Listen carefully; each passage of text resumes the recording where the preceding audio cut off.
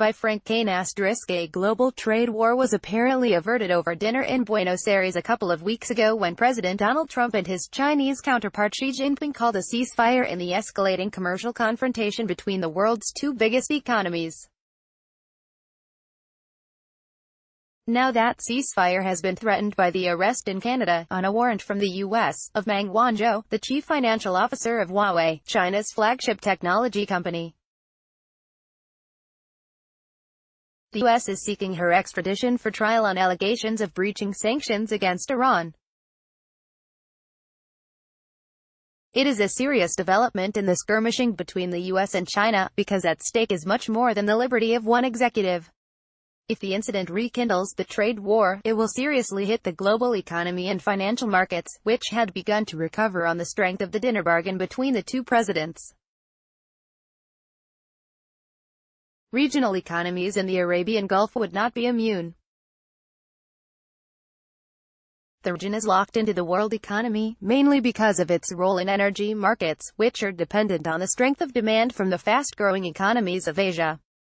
A trade war would depress growth there, and make Asian manufacturers less likely to want Gulf oil and gas.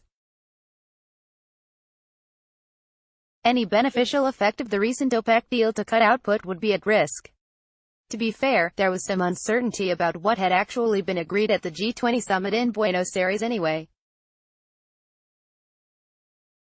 The Americans said they were going to delay increasing tariffs on Chinese imports, largely steel and aluminum, due to be slapped on in January, in return for which China would drop tariffs on U.S. cars and some foodstuffs.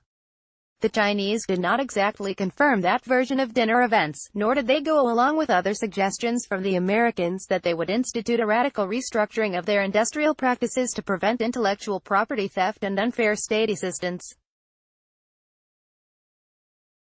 All of this went a lot further than Trump's central charge about the imbalance of trade between the two countries. It is unlikely the Chinese would have agreed to such a far-ranging armistice, no matter how good the Argentine stakes. Anyway, the arrest of Meng could knock all that off the table. Huawei is not just any old company, and Meng is not any old executive. The Shenzhen-based group is China's equivalent of Apple, a source of national pride and a projection of Chinese technological skill on the global stage. Meng is the daughter of Ren Zhengfei, the founder of Huawei back in 1987. Currently in a financial role, she is generally assumed to be his heir apparent.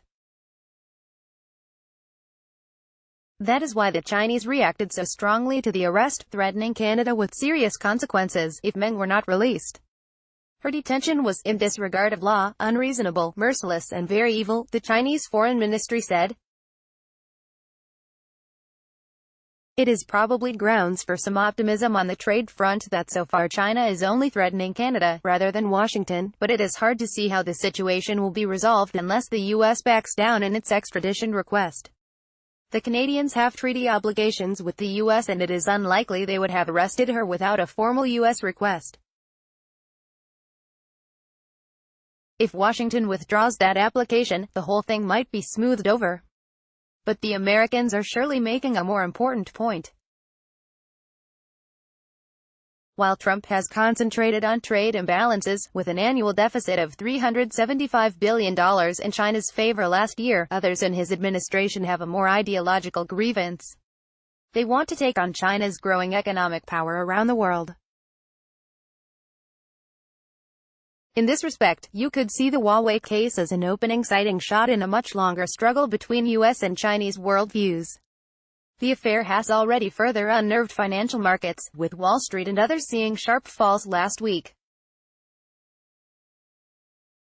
Despite Trump's tweeted view that trade wars are easy to win, no serious economist thinks that there could be any long-term beneficiary from a protracted commercial confrontation between the two super economies.